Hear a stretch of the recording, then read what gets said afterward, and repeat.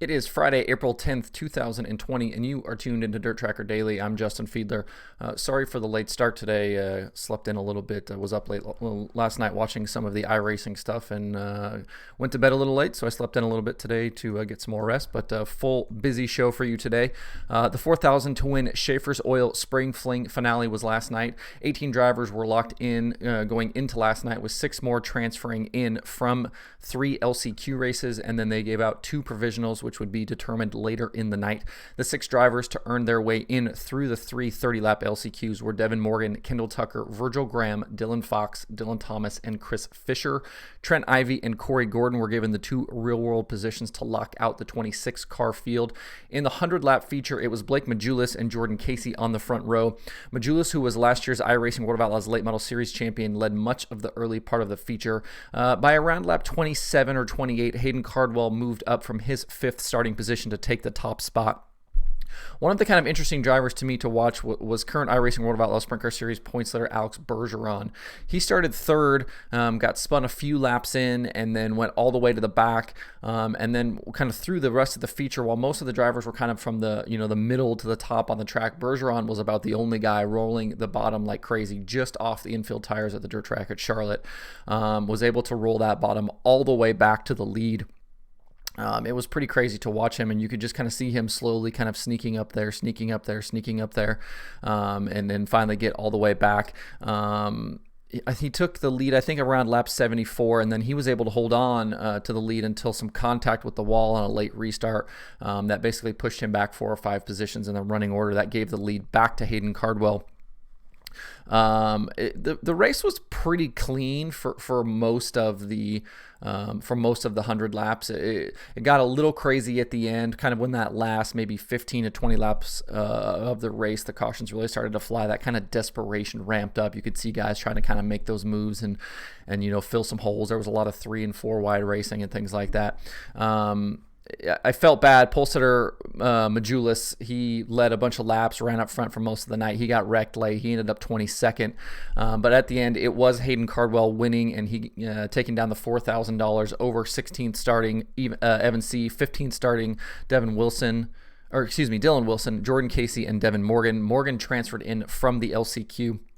It was a rough night for the 2 real racers in the field. Corey Gordon ended up 20th. Trent Ivey was 24th. Really fun event to watch over the 3 nights. A lot of good racing. There was a lot of cautions at times and a lot of crashing, which you kind of expect in a field of 180 drivers. There's probably going to be some craziness in there with guys kind of trying to make those moves. But it was fun to watch with kind of some longer features and things like that. Guys trying to move around and figure out where they could run on the track and try to figure out how to move, up and down those lineups to try to get themselves in position. And you really saw that in the feature. There was a lot of positions in the feature that swapped, and guys that started in the back that were able to come to the front, and I really enjoyed it over the couple of nights. It's something too that I've kind of seen interesting to me about the virtual racing as I've been kind of watching here the last couple of weeks. It's crazy to me how it's like a lot of the same names at the front of these races, and kind of regardless of what dirt racing series you're watching, you're going to kind of see the same kind of 10 to 15 guys, around in these races, and you've heard a lot of those names on this show, the Bergerons and guys like Blake Majulis and James Edens and all of these guys, Adam Elby and the Semmelmans and there's a lot of guys that are kind of really good at kind of across the dirt racing disciplines on iRacing, which I think has been interesting to me. But I think it shows just how good those guys really are. Around the same time the Spring Fling was getting underway last night, USAC held their second iRacing challenge. Last week they ran the midgets at Fairbury. This week was the non-wing sprint cars at Knoxville. Unlike last week's show, though, last night's event was only the real-world drivers. No Pro Series guys were included. They made that change this week. They ran 5 10-lap heat races with the top 3 transferring to the feature, a 14-lap C main that transferred 3 into the B, and then a 20-lap B main that transferred 9 into the feature. The heats were won by Kaidon Brown, Logan Seavey, Aiden Purdue, Robert Dalby, and Connor Leffler. Kenna McIntosh won the C, and Zeb Wise won the B. Story of the race was really kind of the battle up front between Aiden Purdue and Kaidon Brown. They were really the only two drivers to lead laps. They swapped that lead kind of multiple times through the feature. I believe the scheduled distance of the feature was supposed to be 30 laps, but the race ended up pushing out to 38 laps because of cautions at the end, and they had multiple green-white checkered attempts. Brown was leading on a late restart, but Purdue threw a huge slider at him. I think coming to the white flag, they made contact. Purdue was able to kind of hold on. He kept the lead and was able to go on to win. Brown was able to finish second. After the race, though, Brown was not happy with Purdue, and he made sure to let him know about that. Ronnie Werdeman was third, Logan Seavey was fourth, and Chris Windham was fifth. Next up for the USAC iRacing Challenge is Midgets next week at Williams Grove. You can watch that Thursday night at 9 live on Flow Racing.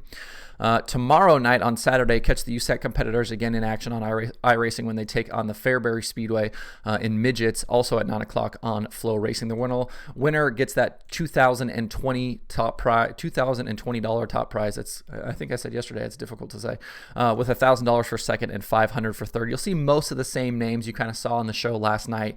You know, Christopher Bell, Logan Seavey, Tanner Thorson, Baston, Tyler Courtney. A lot of those USAC competitors are going to be in that show as well. We'll have a full rundown recap of that race on Monday. Yesterday, the World of Outlaws announced they have canceled the April 24th and 25th Sprint Car Series events scheduled for Vado Speedway Park because of COVID-19. And then the April 24th Late Model Series race at Richmond Raceway is being postponed, while the April 25th Late Model race at Brush Creek Motorsports Complex has been canceled. You can find more information about those announcements over at worldofoutlaws.com. And I think you'll probably see a few more announcements here as you know, postponements and cancellations come out. It really feels like the series really want to postpone these events and try to find dates.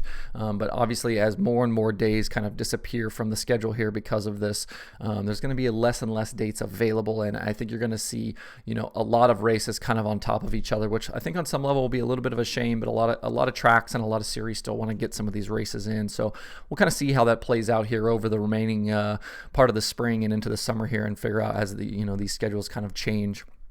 Another announcement yesterday, kind of once we get racing again, USAC Sprint Car competitor Kyle Cummins will join forces with team owner Bill Floyd to compete in the dirt portion of the USAC Silver Crown schedule.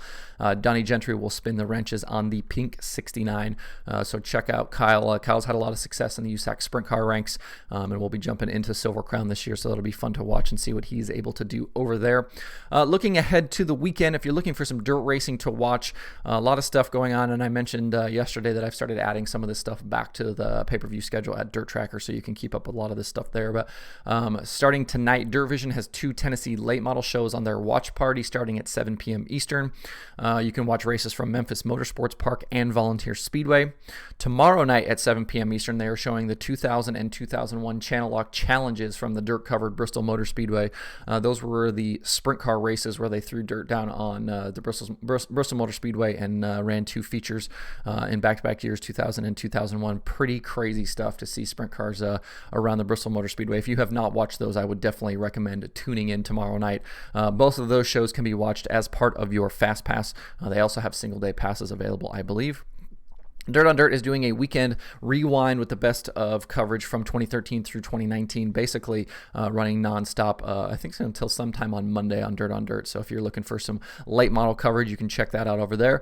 Flow has USAC 24/7 going on still, and a new Thunder Relived will be live on Saturday night at 8 p.m. And then right after that, Thunder Relive show at 8 is the USAC Invitational at 9 o'clock. So you kind of get those back to back. You can watch Thunder Relived at 8 and USAC show at 9 on Saturday. If you'd like to keep up with more of this stuff, you can find more races and things like that over at DIRTRACKR.com/watchtonight. I started working through the 2019 World of Outlaws Late Model Series schedule for the analytics section of DIRTRACKR yesterday. I got 7 races in. I'm kind of working backwards through that 2019 schedule, so I started with World Finals and then slowly working backwards through 2019. That brings the late model total of races to 16 on the site right now. There's full results, all the available stats that I've built up to this point, including driver rating, and then all the easy stuff: top 5s, top 10s, wins, laps led. The feature and heat race plus minus, some of the track-based stuff, all of that is there. You can find all of that at DIRTRACKR.com/analytics. I have plans to add a whole bunch more late model races over the weekend as well. I've thought about adding some of the iRacing stuff in there, but I'm not sure if I want to do that or not. I'm kind of pondering. I have a few other things I would like to do as well on the site, so I'm not sure if I want to spend the time to do that or not. I'll consider that. If people would like to see those stats, maybe reach out, let me know. But that's the show for today. Hope everybody had a good week and hope everybody enjoys their weekend to come. You can find DIRTRACKR Daily on Apple Podcasts, Spotify, Stitcher, or where you get podcasts. Please subscribe, leave me a review, tell your friends. You can also watch the show on YouTube and Facebook. You can email the show at info@dirttracker.com. You can follow along with DIRTRACKR, facebook.com/DIRTRACKR, twitter.com/DIRTRACKR, and the website DIRTRACKR.com. You can follow me on Twitter at Justin_Fiedler, and you can sign up for the DIRTRACKR weekly newsletter on the site. Just a little bit of dirt racing fun once a week in your email. Sign up for that if you would like to. Thanks for tuning in this week. We will see everybody Monday on DIRTRACKR Daily.